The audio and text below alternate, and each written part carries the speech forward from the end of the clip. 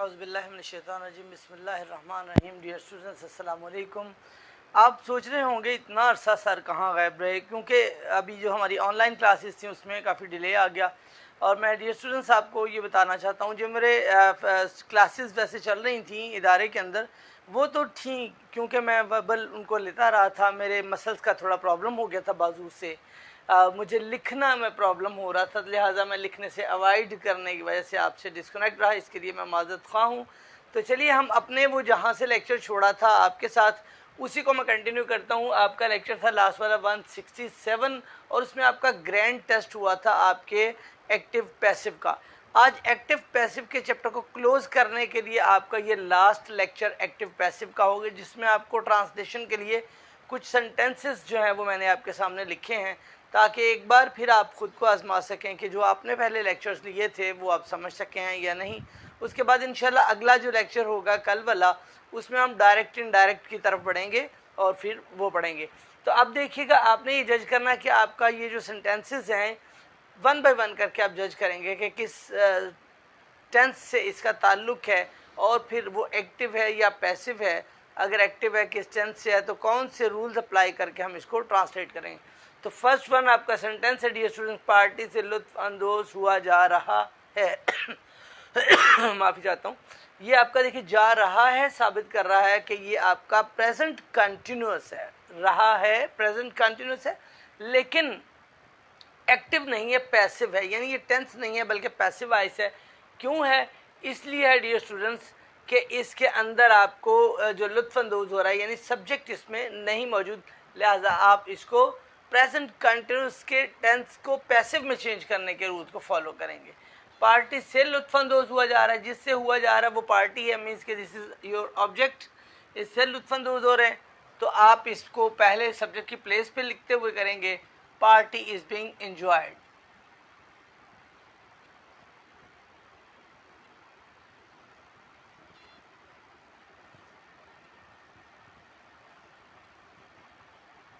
अब आपने लिखा पार्टी इज़ बीइंग एंजॉयड, क्योंकि कंटिन्यूस में फोर्थ फॉर्म आती है और बीइंग लगता है पैसिव में, और जो पैसिव होता है उसमें थर्ड फॉर्म ऑफ वर्ब लगती है। आपका जो लुत्फ़अंदोज़ होना है, लुत्फ़अंदोज़ होना, इंजॉय करना, ठीक है, ये आपका चूँकि वर्ब है तो आपने इसकी थर्ड फॉर्म लगानी है और कंटिन्यूस में हमेशा फोर्थ फॉर्म लगती। तो आप हमेशा जितने भी आपके पैसिव्स होते हैं उसमें बीइंग का आप एडिशन करते हो, कंटिन्यूस वाले जितने आपके कंटिन्यूस होंगे पैसिव के उसमें बीइंग का आप एडिशन करोगे। नेक्स्ट अब देखिए, हमारे नतीजे का ऐलान कब हो रहा है। तो अगर आप गौर करें, इसमें भी रहा है, ये भी रहा है, तो मीन्स कि ये अगर आपका प्रेजेंट कंटिन्यूस था तो ये भी आपका प्रेजेंट कंटिन्यूस है, और ये पैसिव था, ये पैसिव के लिए लिख देता हूँ, तो डेफिनेटली ये भी आपका पैसिव ही है, क्योंकि आप नहीं जानते कि आपके रिजल्ट्स को अनाउंस कौन कर रहा है, यानी सब्जेक्ट आपको मालूम नहीं है, ठीक है। और हमारे नतीजे का ऐलान कब हो रहा है। ऐलान किस चीज़ का हो रहा है? डेफिनेटली आपके नताइज का ऐलान है, नताइज आपके ऑब्जेक्ट्स हैं, ठीक है। तो आप ऑब्जेक्ट को पहले लिखेंगे, लेकिन जब कोई इंट्रोगेटिव हो तो उसके लिए कब, क्या, क्यों वगैरह जो होते हैं वो वर्ड पहले लिखते हैं। तो कब का तर्जुमा आप पहले लिखेंगे, when.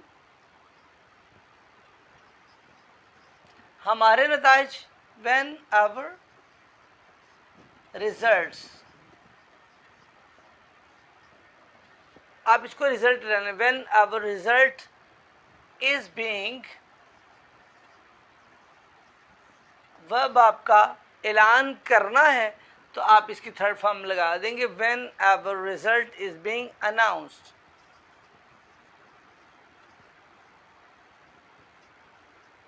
When our result is being announced, इसको मैं थोड़ा जो मैंने आपको लिखा था ना पहले प्रेजेंट कंटिन्यूस, उसको अलग इससे कर देता हूँ। तो ये आपका हो गया, when our result is being announced, हमारे नताइज का ऐलान कब किया जा रहा है। आगे है, शरारती लड़कों को सज़ा नहीं दी जाएगी। अब आप ये देखिएगा, गी है तो ये फ्यूचर है, डेफिनेटली फ्यूचर इंडेफिनिट है, और इसमें सज़ा देने वाले का पता नहीं, वो टीचर हैं, पेरेंट्स हैं, या कोई भी आपका एल्डरली पर्सन है, कोई भी बड़ा है। जब ये नहीं मालूम तो इट मीन्स कि आपका ये पैसिव वॉइस है, अब आपने देखना है कि इंडेफिनिट, फ्यूचर इंडेफिनिट है, तो फ्यूचर इंडेफिनिट को आपने जब पैसिव में करना है तो आप क्या करेंगे, सबसे पहले आप ऑब्जेक्ट तलाश करेंगे, शरारती लड़के, ठीक है, ये आपका ऑब्जेक्ट है क्योंकि उनको सज़ा मिल रही है।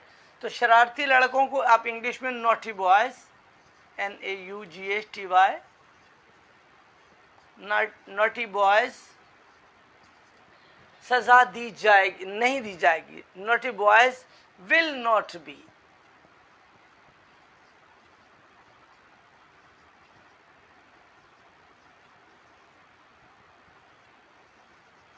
will not be punished, naughty boys will not be punished, शरारती लड़कों को सज़ा नहीं दी जाएगी। अब ये देखिएगा, अगर तो आपका ओनली मतलब एक्टिव वॉइस हो तो उसमें बी नहीं लगता, जबकि पैसिव वॉइस में बी लगाकर आप थर्ड फॉर्म लगाते हैं। मैं पहले भी आपको बता चुका हूँ कि जितने भी आपके पैसिव होते हैं उसमें फॉर्म ऑफ वर्ब हमेशा थर्ड लगती है। आगे देखिएगा, मेरा जुर्माना पहले ही मुआफ़ हो चुका था। अब आप ये देखिएगा, चुका था मीन्स कि आपका ये पास्ट परफेक्ट है, और पास्ट परफेक्ट में जुमले के या तो दो हिस्से होते हैं या उसमें लफ्ज़ पहले ही का इजाफा होता है जो आपको इंडिकेट करता है कि आपका पास्ट परफेक्ट है। इसको पैसिव में आपने बनाना है, क्यों पता? अब देखिएगा, जुर्माना माफ़ करने वाला सब्जेक्ट है, वो यहाँ पर मालूम नहीं है, तो मीन्स ये एक्टिव नहीं है, पैसिव है। अब आपका जो चीज़ हो रही है वो क्या है, जो मीन्स कि इस सेंटेंस में ऑब्जेक्ट आपका क्या है, मेरा जुर्माना माफ़ हो चुका, ठीक है, मेरा जुर्माना पहले ही माफ़ हो चुका था। तो जो काम हुआ है जिस पर यानी जुर्माना आपका जो है वो आपका ऑब्जेक्ट होगा, ठीक है। माई fine,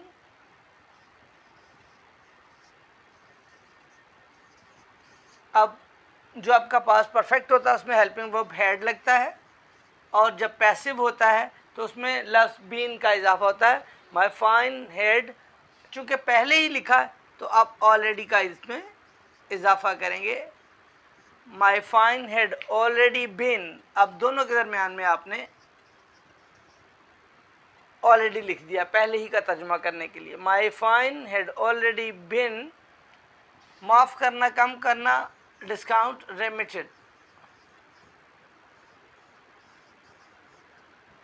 my fine had already been remitted, उसमें रिमिशन हो गया, उसमें आपको माफ़ी तलाफ़ी हो गई कमी बेशी भी हो जाना। My fine had already been remitted, मेरा फ़ाइन रेमिट हो गया है, माफ़ हो गया है। उन्हें ये मैच खेलने दो, एक्टिव पैसिव जब आपको करवाए थे तो उसके अंदर एक आपका इम्पेरेटिव भी सेंटेंस था जिसको एक्टिव को पैसिव में चेंज करना आपको सिखाया गया था, जिसकी हेडिंग, जिसका उन्वान जो है वो इम्पेरेटिव सेंटेंस हुआ करते थे। तो वो जब आपको सिखाया था तो उसमें मैंने आपको बोला था ऐसे सेंटेंस जिसमें हुक्म हो किस काम को करने का, ना करने का, बाज रहने का वगैरह, उनको इम्पेरेटिव कहते हैं।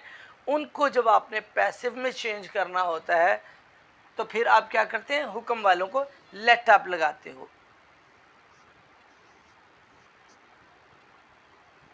उन्हें ये मैच खेलने दो, अब उन्हें ऑब्जेक्ट है, लेट देम प्ले ये match, this match, let them play this match, उन्हें ये मैच खेलने दो। ये आज का आपका लेक्चर डियर स्टूडेंट्स, मैं सिर्फ आपको पुराने डिस्कनेक्शन को एक बार फिर राब्ते में लाने के लिए दे रहा हूँ। तमाम सेंटेंसेस मेरी कोशिश है मुख्तलिफ टेंसेस या सेंटेंसेस जो हैं वो आपके सामने रखूँ जिनका ताल्लुक एक्टिव पैसिव से है और उनको ट्रांसलेशन। तो ये इस तरह से हम आगे बढ़े मुख्तलिफ सेंटेंसेस को टच करते हुए। क्या इस सड़क की मरम्मत हो चुकी है, ठीक है। अब आप देखिएगा ये आपका जो सेंटेंस है ये वाला आपका पास्ट परफेक्ट था, ये आपका चुकी है वाला प्रेजेंट परफेक्ट है। उसके अंदर आपने हैड बिन लगाया तो इसमें आप हैज़ बिन या हैव बिन लगाएंगे। क्या इस सड़क की मरम्मत हो चुकी है? अब जिस चीज़ की मरम्मत हुई है डेफिनेटली वो आपका ऑब्जेक्ट है। करने वाला सड़क की मरम्मत की किसने, वी डोंट नो। जब हमें पता ना हो कि सब्जेक्ट क्या है तो वो आपका सेंटेंस पैसिव होता है। इसमें चूँकि नहीं मालूम है तो लिहाजा आप इसको पैसिव के रूल्स के मुताबिक ट्रांसलेट करेंगे। आप इस सड़क को ऑब्जेक्ट मानते हुए आप दिस रोड से शुरू करेंगे, लेकिन चूंकि ये इंट्रोगेटिव है, क्योंकि वो पूछ रहा है आपसे क्या इस सड़क की मरम्मत हो चुकी है, तो लिहाजा आप इस सेंटेंस में हेल्पिंग वर्ब हैज़ जो है उसको शुरू में ले आएंगे, तो आपका ये सेंटेंस इंट्रोगेटिव हो जाएगा। अब ऑब्जेक्ट लगाएंगे, इस सड़क, हैज़ दिस रोड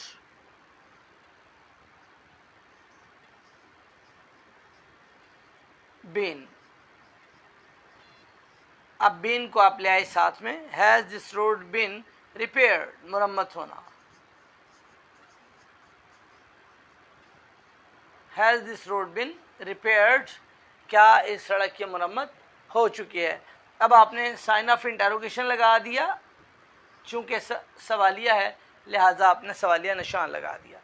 क्या बागियों को फांसी की सज़ा मिल चुकी है, ये चुकी है, ये भी प्रेजेंट परफेक्ट का है, तो लिहाजा प्रेजेंट परफेक्ट के मुताबिक